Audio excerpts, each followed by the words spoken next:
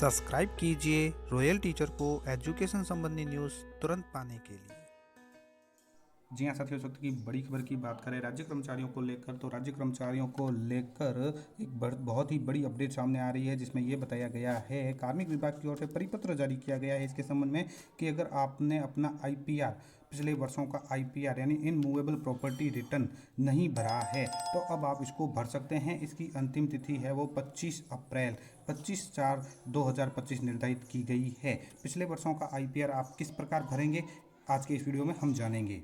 कार्मिक विभाग की ओर से, राजस्थान सरकार की ओर से ये समस्त राज्य सेवकों को जारी किया गया है कि अपना अचल संपत्ति विवरण भरने के संबंध में है। हालांकि ये आदेश बहुत पहले यानी काफ़ी दिनों से जारी हो गया है, लेकिन मेरे पास इस तरह का कोई अपडेट नहीं आया था। लेकिन अब किसी कार्मिक आ चुका है तो मैं आपको वो भर के भी दिखा देता हूँ कि किस तरह से ये आपको पिछले वर्षों की एंट्री करनी है।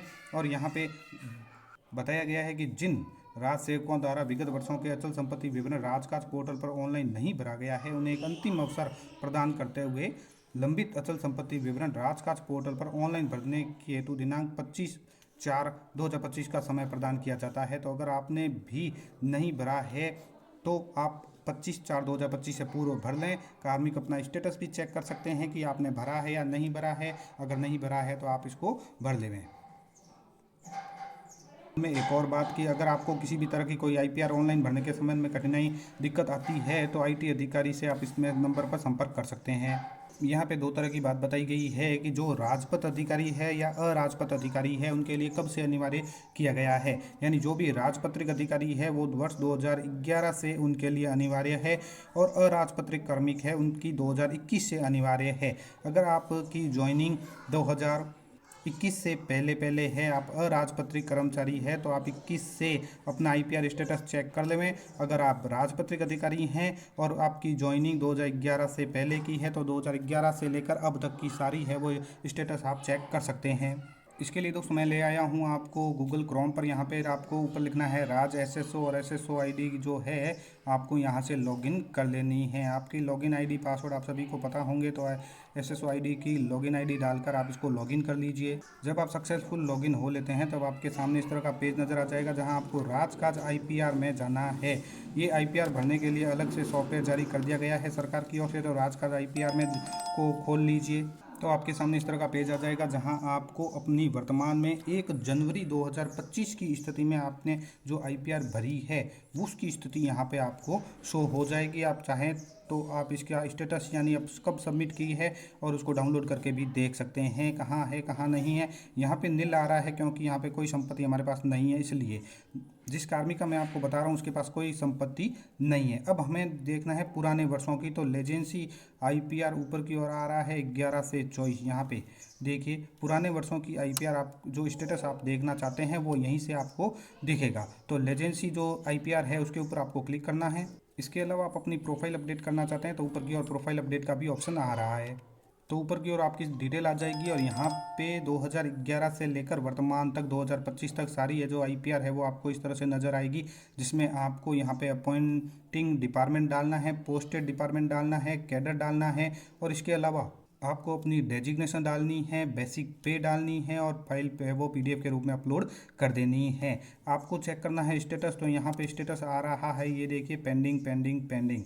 जिस वर्ष की आपने आईपीआर भर दी है उसमें आपको पेंडिंग नहीं दिखाकर सबमिटेड दिखाएगा।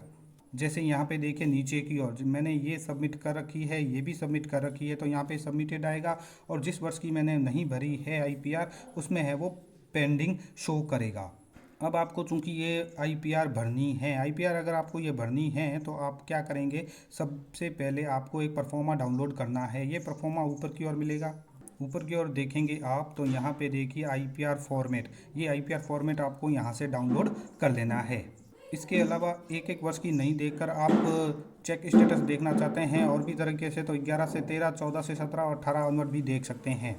आईपीआर फॉर्मेट आप इसको यहाँ से डाउनलोड कर लीजिए तो ये पीडीएफ आपकी इस तरह से खुल जाएगी जहां आपको वर्ष डालना है, यानी कौन से वर्ष की आप भरना चाहते हैं, प्रथम नियुक्ति के समय स्थावर संपत्ति सहित संपूर्ण स्थावर संपत्ति का यहाँ विवरण डालना है। आप अधिकारी का नाम, पद जिससे यह संबंधित है, वर्तमान में धारित पद कौन सा है, किस सेवा संवर्ग से है, वर्तमान वेतन क्या है, जन्म तिथि क्या है।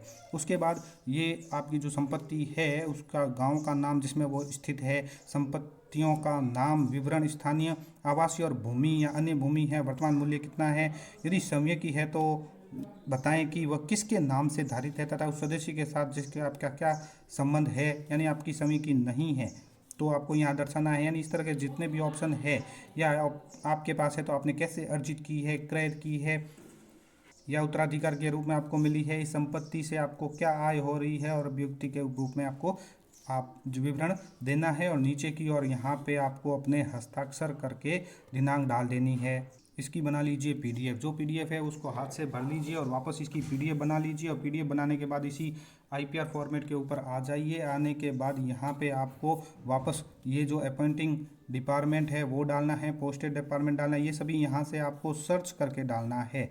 यहाँ सर्च का ऑप्शन आपको नज़र आ जाएगा, आपका अपॉइंटिंग डिपार्टमेंट कौन सा है, पोस्टेड डिपार्टमेंट आपका कौन सा है, कैडर कौन सा है, यहाँ सभी ये आपको सर्च करके डालने हैं। उसके बाद डेजिग्नेशन क्या है आपकी, डेजिग्नेशन डालने के बाद यहाँ आपकी उस वर्ष में जिस वर्ष की आप आईपीआर भर रहे हैं उसमें बेसिक पे आपकी कितनी थी उस वर्ष की डालेंगे, ना कि आज की।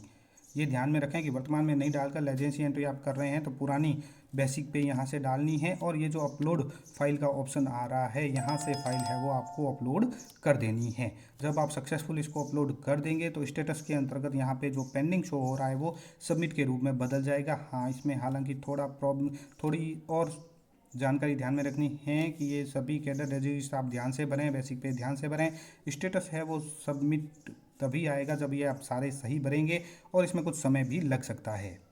और आप सबमिट करने के बाद आपको लगता है कि पीडीएफ गलत अपलोड हो गई है या जानकारी है वो अधूरी जानकारी अपलोड हो गई है तो आप अपलोड पीडीएफ के ऊपर फिर से क्लिक करके दोबारा भी पीडीएफ अपलोड कर सकते हैं। और इसके अलावा जो डिलीट करना चाहते हैं उसके लिए एक्शन बटन के ऊपर क्लिक कीजिएगा तो वो आपकी जो डाउनलोड फाइल है वो पीडीएफ फाइल वो डिलीट भी हो जाएगी।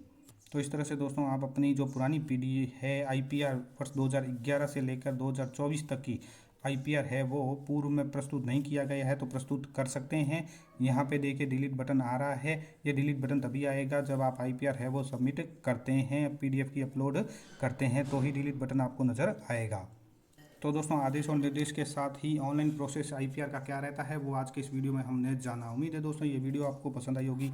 वीडियो पसंद आए तो ज़रूर लाइक, शेयर और सब्सक्राइब कीजिए। पास में आने वाले घंटी के बटन को जरूर दबाएं एजुकेशन संबंधी न्यूज़ तुरंत पाने के लिए। इससे संबंध में अगर आपको जो भी जानकारी चाहिए तो वीडियो के कमेंट बॉक्स में ज़रूर लिखकर बताएं। ध्यान में रहें कि इसकी जो अंतिम तिथि है वो 25/4/2025 है। इससे पहले अब आप अपना आईपीआर है वो ज़रूर भर लेवें। अगर आपका भरा हुआ है फिर भी आप एक बार है वो अपना स्टेटस चेक कर लेवें। स्टेटस चेक कैसे करते हैं वो भी मैंने आपको दिखा दिया। इस वीडियो को ज़्यादा से ज़्यादा